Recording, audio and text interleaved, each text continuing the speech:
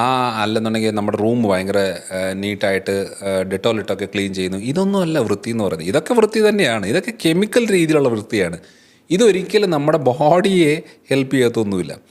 നമ്മുടെ ശരീരത്തിന് പ്രതിരോധ ശക്തി കപ്പാസിറ്റി കിട്ടണമെന്നുണ്ടെങ്കിൽ നാച്ചുറലായിട്ട് തന്നെ ഒരു നാച്ചുറൽ ഹൈജീൻ എന്ന് പറയും, ആ വൃത്തിയാണ് വേണ്ടത്.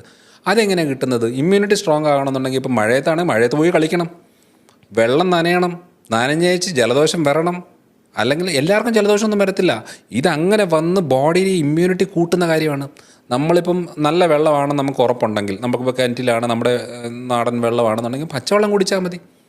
നമ്മളിപ്പോൾ അതായത് തിളപ്പിച്ചാറിച്ച് കുടിച്ചുകൊണ്ടിരുന്ന കാര്യം, ആ പച്ചവെള്ളം കുടിച്ചേച്ച് അതിൻ്റെ രീതിയിലുള്ള ബുദ്ധിമുട്ടുകൾ വരുവാണെങ്കിൽ അതിനെ ബോഡി പ്രിപ്പയർ ചെയ്യും. ഇപ്പോൾ നമ്മൾ വാക്സിനേഷൻ എന്ന് പറയുന്നത് എന്താണ്? അതായത് വളരെ ആക്റ്റീവ് അല്ലാത്ത നമ്മുടെ വൈറസുകൾ കാര്യങ്ങളൊക്കെ നമ്മളത് ബോഡിയിലേക്ക് സപ്ലൈ ചെയ്തേച്ച് ബോഡിയെ കൊണ്ട് അതിനെതിരെ